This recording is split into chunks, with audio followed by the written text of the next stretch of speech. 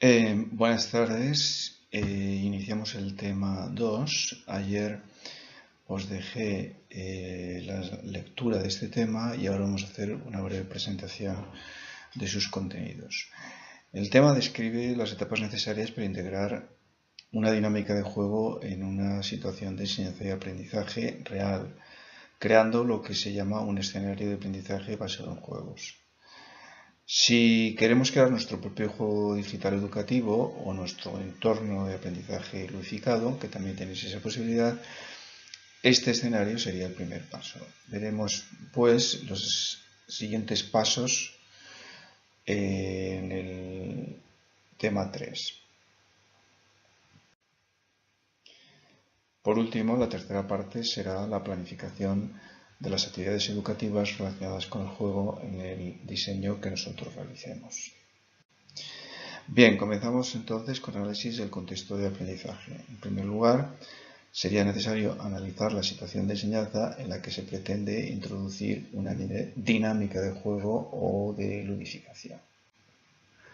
Para ello definimos los siguientes aspectos. En primer lugar, hablaremos del perfil del grupo de estudiantes, por ejemplo, aspectos o datos como el número de estudiantes que nosotros disponemos o donde se va a implantar este juego, el perfil educativo que tienen, la edad, el curso, el nivel de conocimientos, el campo de enseñanza, el nivel de conocimientos de tecnologías de la información y la comunicación, la aptitud también hacia la tecnología y hacia los videojuegos. Pensad que hay mucha gente que no lo considera adecuado en contextos de aprendizaje. Y por último, las características socioculturales y psicopedagógicas del alumnado, por ejemplo, pues alumnos que tengan altas capacidades, alumnos que necesitan refuerzo, alumnos con ciertas necesidades educativas especiales, etcétera, etcétera.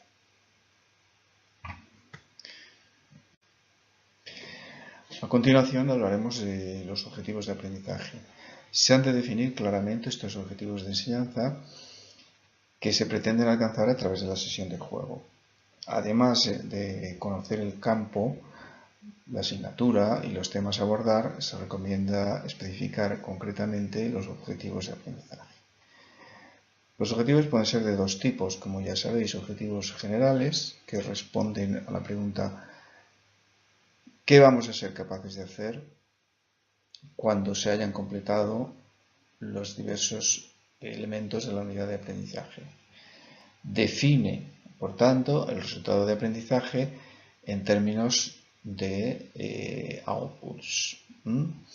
Y por último, los de tipo específico, que corresponderían a los conocimientos necesarios para alcanzar los objetivos de aprendizaje generales. Responderían a la pregunta ¿qué hemos de saber para poder cumplir los objetivos de aprendizaje generales? Por otra parte, es conveniente describir las competencias asociadas a los objetivos, así como su vinculación con el currículum. Bien, ahora vamos a hablar de los principios pedagógicos que vamos a utilizar. Una vez que esté claro a quién vamos a enseñar y qué es lo que van a aprender, es conveniente pensar en cómo se pretende enseñar. Para ello, recomendamos reflexionar sobre las distintas teorías de aprendizaje en las que nos podríamos basar a la hora de diseñar y utilizar el juego. Podríamos utilizar o pensar en estrategias constructivistas, en estrategias de tipo cognitivista, constructivista, construccionista. De todas ellas os hemos comentado muy por encima algo en los apuntes que están en el campus virtual, entendiendo que ya los habéis visto en alguna asignatura del máster. Y también hemos de ver cuál sería el rol que tiene el alumnado y el profesorado en función de la teoría escogida. Para completar el análisis contextual de la situación de aprendizaje, hace falta considerar los recursos que tendríamos disponibles, ¿no? Por ejemplo, los recursos técnicos, los recursos técnicos se refieren al acceso que tenemos a las tecnologías, es decir, el tipo de equipos y aplicaciones disponibles. Es importante aquí asegurarse de que este acceso sea igualitario para todos los estudiantes de nuestro grupo de clase, sea en la clase o sea también en casa, si tienen que hacer actividades fuera del horario y fuera del aula. Por ejemplo, si se plantea jugar, es necesario asegurarse de que todos tengan acceso a los equipos, los periféricos, que tengan webcams, que tengan auriculares, que la conexión sea adecuada, conexión de internet, y también es necesario saber si todos los equipos son capaces de ejecutar la aplicación que se utilizará. Por ejemplo, en términos de sistema operativo, de navegador, y si hay barreras institucionales para el uso de esta tecnología. Por ejemplo, pues que haya en el centro, pues que haya firewalls instalados que no permiten el acceso externo.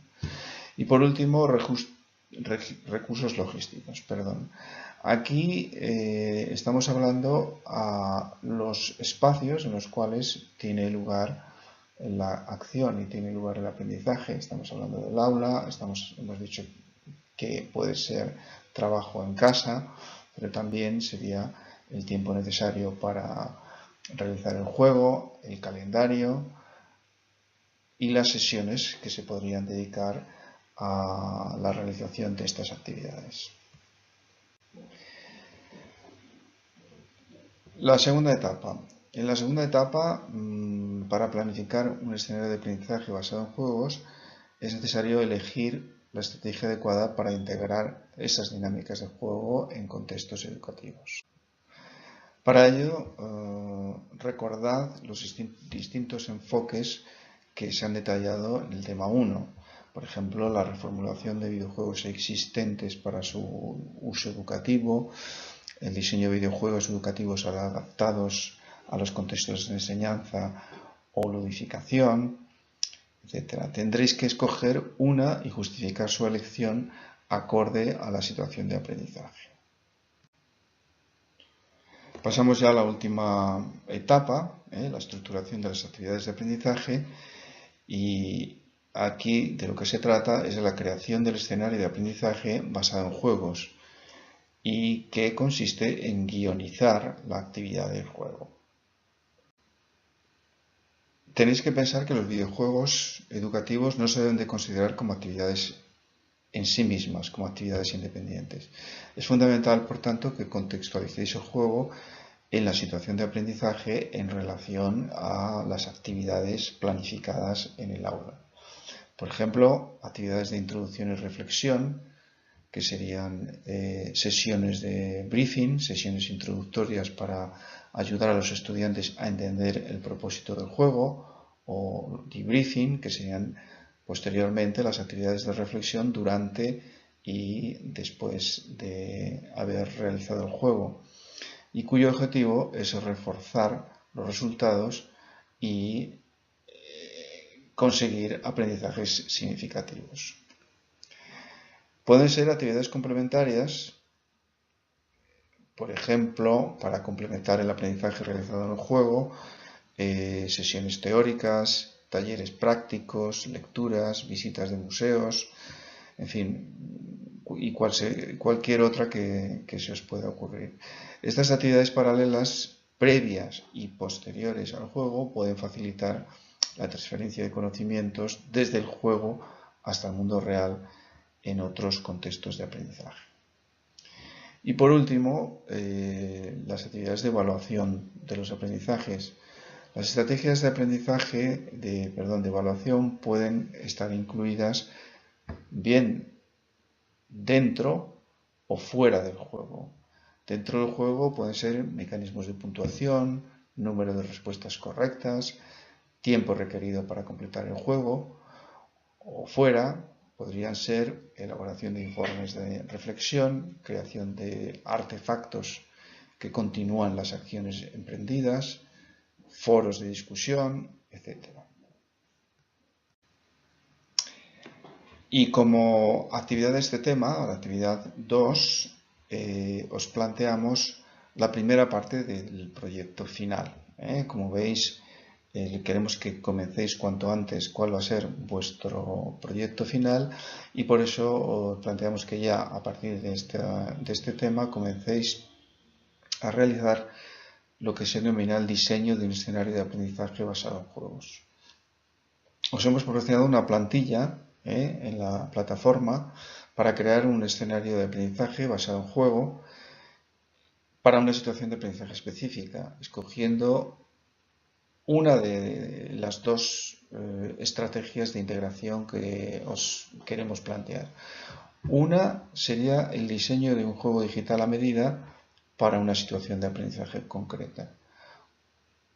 Otra podría ser el uso de estrategias de ludificación para una situación de aprendizaje determinada y que tendríais que definir. Podéis consultar, y de hecho los he colgado ya en el campus virtual, dos ejemplos de escenarios de aprendizaje basados en juegos. Unos de un tipo y el otro de otro tipo. ¿Qué criterios de evaluación? Pues bien, serían la relación con una o varias áreas curriculares, que exista una buena adaptación de los objetivos pedagógicos al perfil de los estudiantes, que haya realización de actividades complementarias, que haya un planteamiento adecuado de la estrategia de evaluación pedagógica de los alumnos y un uso coherente de los recursos disponibles. Bien, con la lectura que tenéis y esta pequeña explicación, espero que tengáis suficiente para comenzar a trabajar en esta actividad. Y por hoy, pues solamente daros las gracias por vuestra participación y hasta la próxima sesión. Recordaros que el próximo lunes tendremos una invitada especial, Frédérique Fossard, experta en videojuegos. Hasta pronto.